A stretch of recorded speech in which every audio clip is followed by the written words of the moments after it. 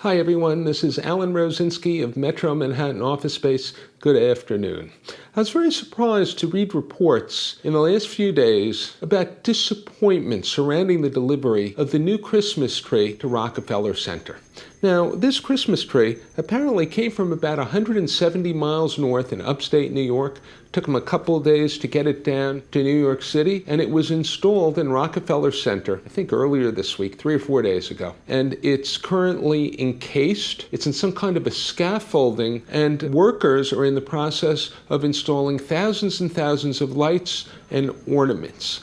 But reports are, I think New York Post, a story in the New York Post about this, and I've read it elsewhere on Twitter, was that the branches were droopy. Now, in all fairness, the tree is encased, it's in some kind of scaffolding, and workers are installing the ornaments and the lights, which I think actually, interesting statistic, there are more than 50,000 LED lights on this Christmas tree. And this, I would have to say, the Rockefeller Center Christmas tree is the most beautiful Christmas tree I have ever seen in my life. And if you ever make it to New York City during the holidays, this is a must-see. You have to make it to Rockefeller Center. You have the skating ring there. It's absolutely beautiful. You have, in a normal year, crowds. It's very joyous. But, when I read this, I wanted to see for myself. So it was a beautiful day today, maybe 60 degrees, and I took a walk down Fifth Avenue.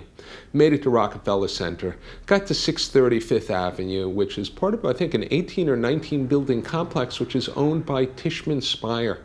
These buildings are top-notch Class A buildings. Best amenities in New York City. I think the rents before the pandemic were ranging from $90 to $130 a square foot. A lot of high-prestige tenants. Christie's is located in the area. FAO Schwartz. A lot of very, very high-end retailers. You also have the skating ring, which is usually pretty crowded. And, of course, you have the Christmas tree.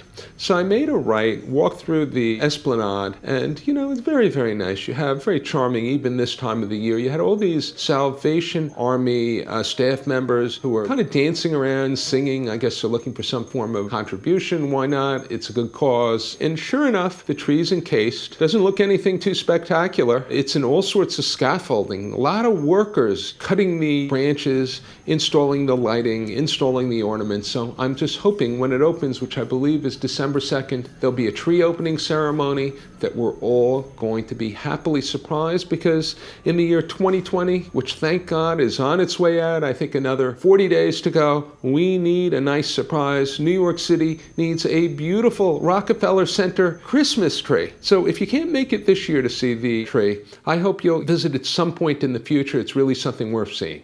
And one interesting story surrounding the tree this year is when they were bringing it down to New York, they found a small owl that was trapped in the tree. They were able to save it. They removed it. They took it to a wildlife preserve. I think they fed it some mice. That's apparently what owls like to eat. And they did save the owl. And I think they were scheduled to release it back into nature today. So at least that's a very, very nice story. Hope we're all happily surprised. This is a little bit off topic for commercial real estate, but it's just so typical of New York City in this season, the Rockefeller Center Christmas tree, that I wanted to bring this story to the attention of my subscribers. I wish you all a very, very happy Thanksgiving. Please stay safe, and until the next time. If you found this content interesting or helpful, I'd be happy if you subscribe to my YouTube channel. You can always find me on Twitter. My Twitter handle is @Metro Manhattan. Until the next time.